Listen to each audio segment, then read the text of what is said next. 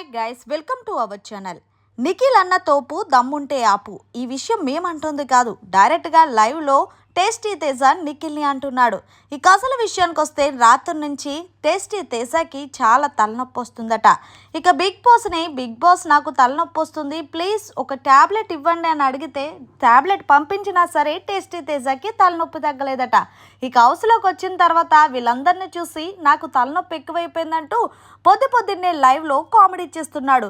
ఇక ఇందులో భాగంగా అక్కడే ఉన్న నిఖిల్, నీకు తలనొప్పి వస్తుంది కదా, నేను మంచిగా మసాజ్ చేస్తాను రారా అంటే, అప్పుడు నీకు సోనియా చేసింది అలాగా అంటూ డైలాగ్ వేశాడు టేస్టీ తేజ. మరి ఎకసెకాలు చేసావంగో మరి మామూలుగా ఉండదంటూ ఇట్లా రా అంటూ మొత్తానికి టేస్టీ తేజాని కిందను కూర్చోబెట్టి నిఖిల్ తనదైన శైలిలో మసాజ్ చేస్తూ మాట్లాడుతున్నాడు.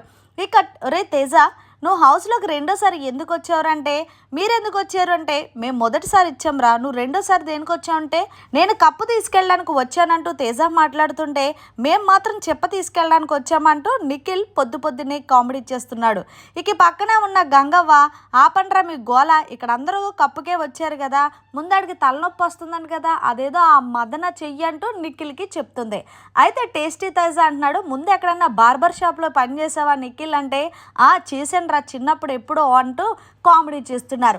అంతేకాకుండా అప్పటి వరకు కామెడీ చేసిన టేస్టీ తేజ ఒక్కసారిగా ఎమోషనల్ అయిపోయాడు.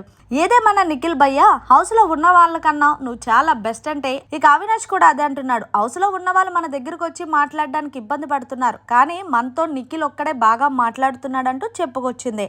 ఈలోగా గంగవ్వకి సీత నేను టీ చేసుకొస్తానని చెప్పి టీ చేసుకొని వచ్చింది. ఏదేమైనా సరే టేస్టీ తేజ తలనొప్పిని వదిలిచాడు నిఖిల్. మరి మొత్తంగా నిఖిల్ టేస్టీ తేజకి మసాజ్ చేసిన దానిపై మీరేమంటారనేది కామెంట్ చేయండి. మరిన్ని లేటెస్ట్ అప్డేట్స్ కోసం చూస్తూనే ఉండండి అవర్ ఛానల్.